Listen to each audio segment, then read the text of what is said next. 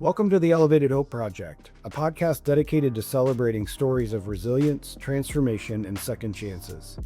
This podcast is proudly sponsored by Elevated Education, an organization that serves at-risk students through innovative schools like East Point High School, Elevated Academy, and Accelerated Learning Center. At Elevated Education, we believe in the power of education to change lives and create hope where it's needed most.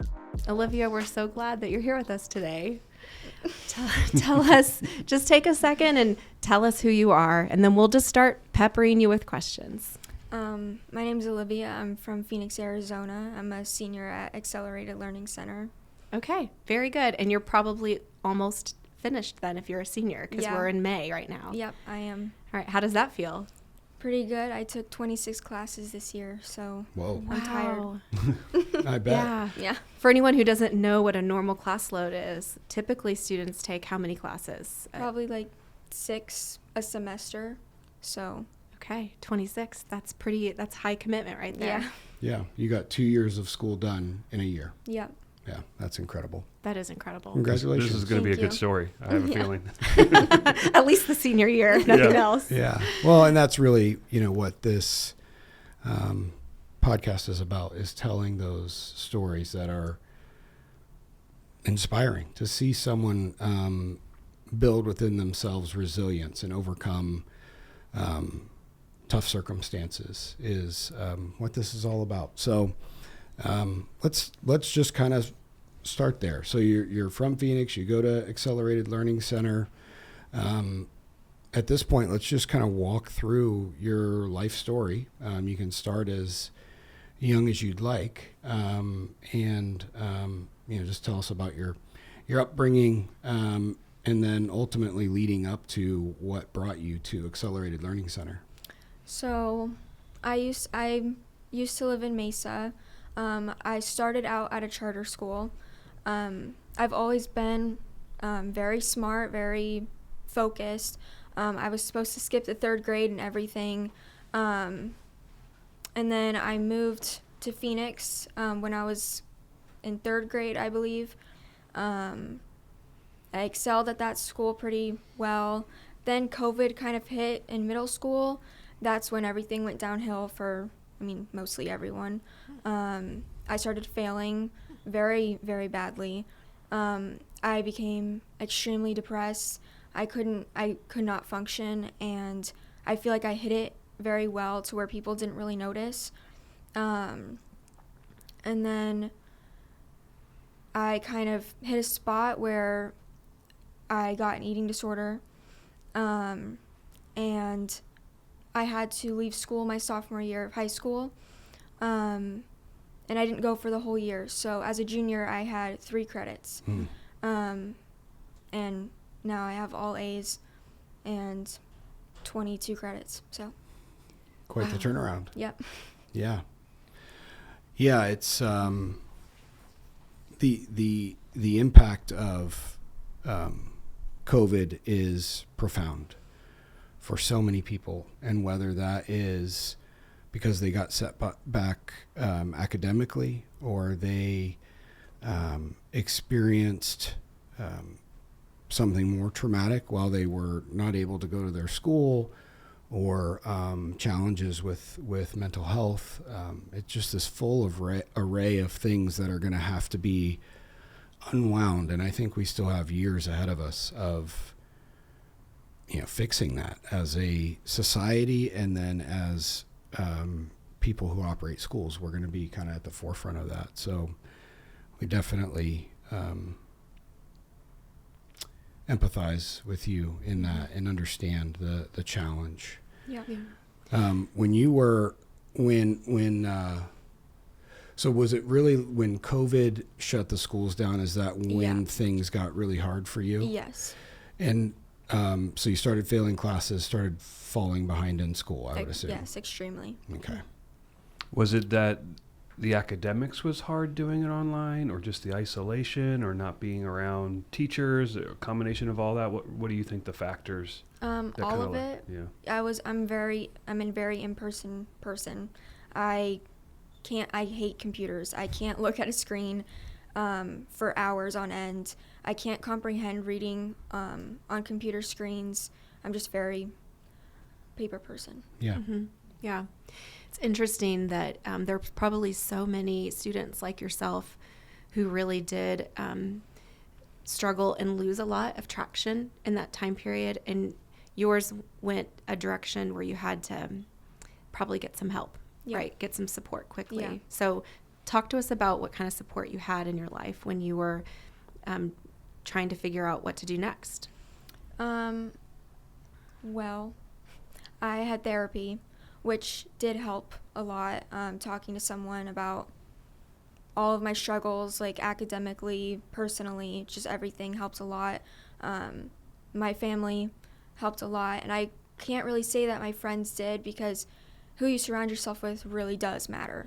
And I didn't think about that growing up. I thought it was just like parents being parents, but it does matter. But yeah, just family, therapy, a lot of that. Teachers. Yeah. Ultimately, what pushed you to make the decision to, did you transfer to Accelerated Learning Center at some point in that process? Like where did you make that transition? Middle of junior year. Middle of junior year. What caused that actual decision? I started dating my current boyfriend, and he's extremely smart. And that kind of pushed me, you know, like made me realize like I'm more than just, like nothing. Mm-hmm. So Yeah. You have worth and Yeah. value. yeah, Yeah. He made me realize that. Okay. Yeah. And he was going to ALC? No. Oh, No, he lived in Mesa, okay. but he went to a charter school as well. Okay. And how did you hear about Accelerated Learning Center? Some old friends that went there. Okay. So Good. So middle of junior year, you made the transition. And what were some of the things that stood out to you that were different than your previous experiences?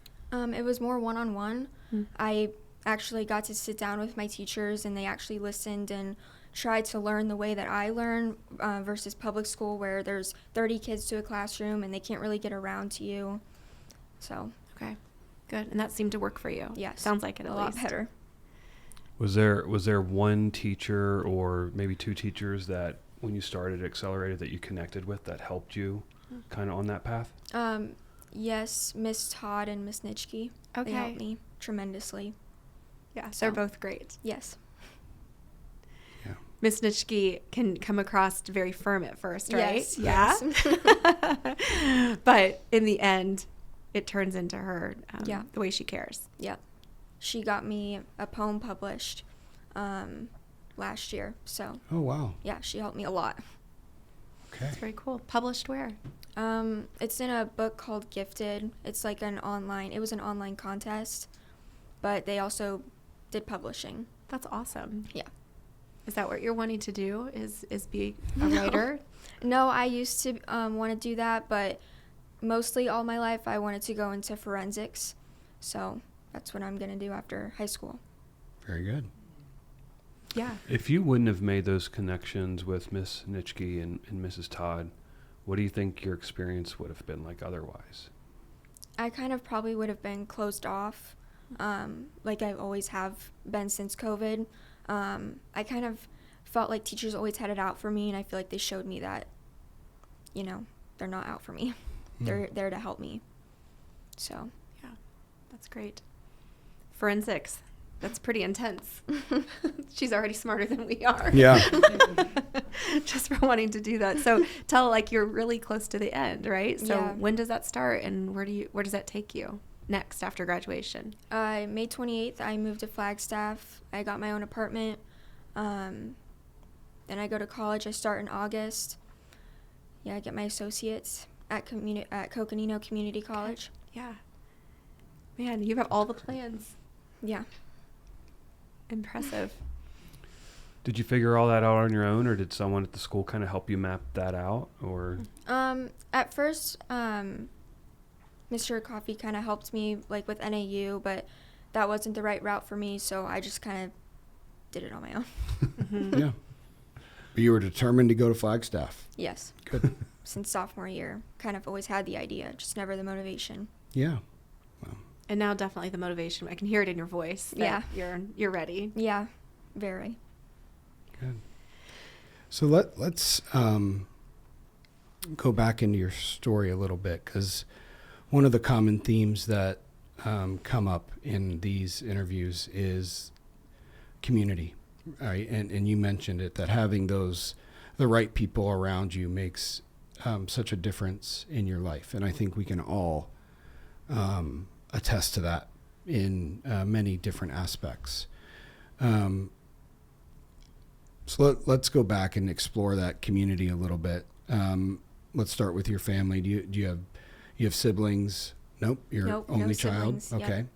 And grew up with mom and dad in the house. Yeah, just my mom. Okay. Yeah. Great. So a lot of support from mom. Yes. Okay. And grandma. And grandma. Wonderful. Outside of the home, what kind of community did you have around you?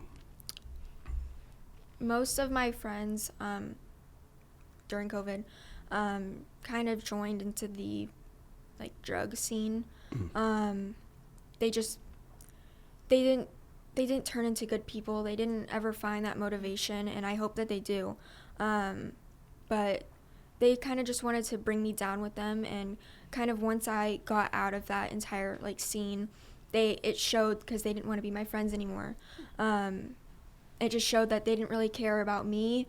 They just cared about what I could give them, and that's not what a friendship, is about. Yeah. Yeah. So So you kind of had to rebuild a new community, it sounds like. yeah, I'm still working on that. Yeah. I mean, that's fair. It's a work in progress for Yeah. all of us. Yeah. Yeah, and I think it's ever evolving, right? Of people coming into your life, and then people going separate ways, and then new people coming in, and I think it's great to have those friends that you've had forever, but it's also really good and refreshing to bring those new people into your life and find ways that you can pour into them as they're pouring into you. Yeah. And it sounds like you're on that journey Yep. currently. And then when you move to Flagstaff, you'll be doing it again. Yep. Yeah. Never ending. Okay. So family, friends, and then outside of that, so were you involved in any sports or church or any other types of communities? I was a gymnast for a good chunk when I was younger of time. It was very expensive, so I had to quit that. I was involved in track. I was good at that, but I quit because COVID hit and everything. So COVID took a lot from me. But Yeah. and I think sports, and I got into rock climbing as well. It's very expensive though. And I feel like just sports and extracurricular activities are very important to keep you going, keep you Yeah. motivated, routine. With the extracurricular activities, so gymnastics or track or eventually rock climbing, did you have a good group of friends that you did that with, or you just kind of went and did it because you were interested in it? I just did it because I was interested in it. Yeah. Yeah. Okay. Did you do gymnastics up in this area? I did it at Mesa Desert Devils. Okay. Yeah. Yeah, my daughter was a gymnast for a while, and I'm familiar with the name of that gym. I haven't been there, but yeah. But I agree, it is expensive and time consuming. Yes, very. Yeah. Can I switch gears and ask kind of a different sort of question? So as you look back at the most pivotal point, like the decisions that you're having to make and some of the things you're going through, probably during COVID and shortly after, what kind of things do you wish someone had told you, had advised you, had guided you, that maybe you can tell now to another student? Everything is temporary. Nothing, your emotions aren't forever. Things do change. I would say, in a way, don't expect other people to clean up after you. Don't expect other people to save you, because you're the only person who is going to save yourself. You are the help. Wow. Did someone actually say those things to you? No. You've just learned them along Yes. I wish someone told those things to me. the way. Yeah. And have you ever had the opportunity to give that type of guidance to someone else? Yes. I don't know if it helped, but I tried. Yeah. Very good. I think It will. Yeah, right? Yeah. If it hasn't already, it will. Yeah. And you might have just done that. Someone listening right now, you might have just told them and you'll never know that they heard that and that it helped them make a change for their own life. I hope it does help. What's something that you are grateful for right now? My support system. I'm grateful for my family, my 2 friends, my boyfriend. I'm just grateful for all of them because I don't know where I'd be without them. Yeah. It's important. We talk a lot about gratitude, and we usually, at some point while we're talking with a student or someone who we're going through their story, just really sit in that for a minute. The fact that just figuring out what it is in your life that you're grateful for, how much that impacts your mindset, and your answer was so quick. Yeah. Which means you're probably thinking about these things already, Yeah. that you're in a state of gratitude. Is that how it's always been for you, or is that a newer thing? I mean, I was always raised to be extremely grateful for what I have, so it's kind of always been a thing I think about. Mm-hmm. So, Yeah. That's great. Don't give up on that. no. So talk to us about kind of current, right? You've come through some hard things. You've built resilience in yourself, and a seemingly a strong sense of personal responsibility of like, this is my life to pull myself up by the bootstraps. So talk to us about more of kind of your current life of healing from the eating disorder that you mentioned, and just kind of the fallout that you experienced. Okay. This might sound silly, but changing your aesthetic, like your environment, your mindset is very important. All of that kind of goes into healing. You can't change, you can't heal if you just stay in one place. You kind of have to, change your perspective on things. Perspective is very important with changing and healing. I could say like this school definitely transformed me, definitely helped me heal and become a better person, a better student. And I'm more dedicated than I've ever been during my academic time. Yeah. Yeah. Healing from the eating disorder, it's still something I struggle with. I feel like once you have something like that, it's like stapled into your mind that it's never going to go away. But it does go away. It's not permanent. I was never diagnosed with like bulimia or anorexia. I have something called ARFID, which is avoidant restrictive food intake disorder. Yep. So I'm just a very picky eater. I forget to eat, just things like that. But I always have struggled with gaining weight and been picked on for it, which also caused some depression and anxiety. But like, you just, like, for me, I just kind of realized, like, I don't care. Like, I don't care what these people have to say about me. Like, I'm never going to see him again after high school, I just don't care. Yeah. Olivia, that's so articulate. Like everything that you just said, there's a lot of wisdom in there, and you articulate it so well. Thank you. Yeah. Maybe you should be a podcast host someday. I think so. Yeah. Yeah, we talk often about the power of mindset, and I really resonate with what you're saying there. Like, for me, 2 years ago, I had like a major medical emergency that I had to heal from, and the first thing is I had to believe that I could heal, because if I didn't believe that, it wasn't going to happen. That's just the way that our bodies were designed and created. Is it really does start with our mindset. Was there any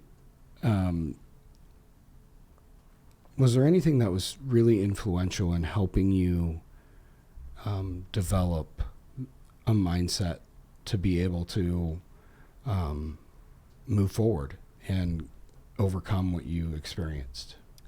Seeing the way that my friends, like the path that my friends were going down, that kind of scared me. I didn't want to be like that. I didn't want to be unsuccessful.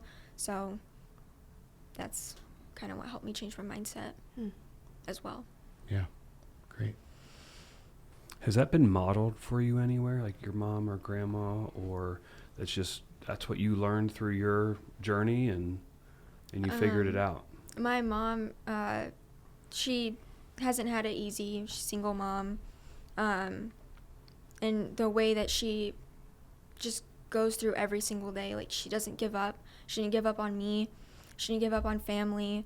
That was very inspiring. And my grandma's the same exact way. She does not give up. So. That's a great example. Yeah. Seems genetic. Yes. Yeah, we love that. Yeah, having those strong people in your life that have shown that in their own life that you're going to fall down, you're going to mess up, you're going to probably make some dumb decisions, but the key is to get back up, dust yourself off, and keep moving forward. Even if you're, I don't know, stumbling or falling forward, at least you're moving forward.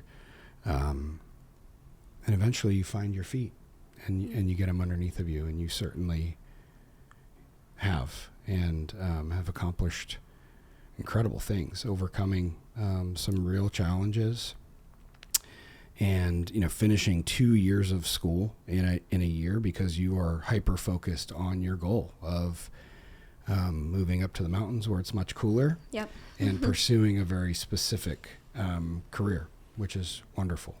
Congratulations on all that. Thank you. Yeah, Thank you. for sure. What else do you want us to know?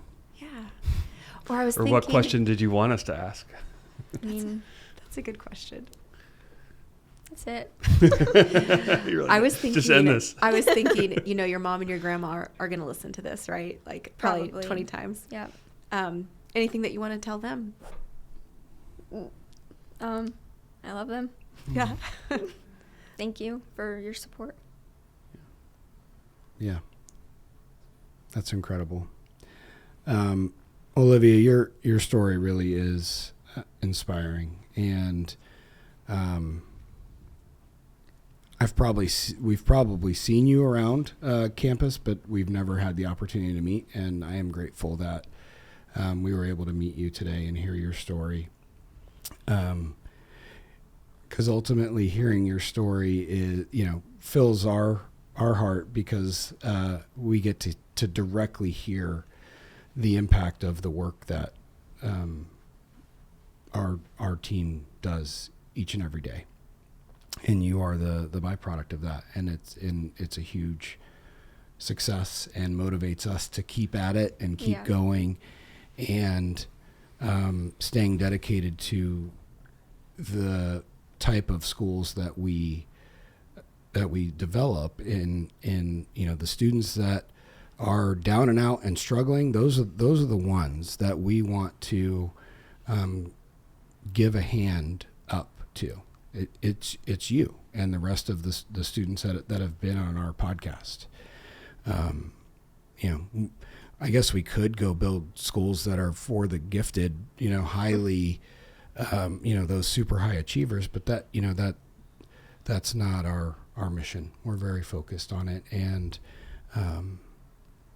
hearing your story just inspires me to further double down on that mission of providing a place where students that are struggling can come and thrive. And if they need to catch up in 2 years of school in a year, making sure that's even possible, because there's a lot of places that you couldn't even do that. It's not an available option. Yeah. And I'm glad that our school was able to do that for you. Yeah, me I mean, too. you did the work, but we just provided the environment for you to do it, and just grateful for you today.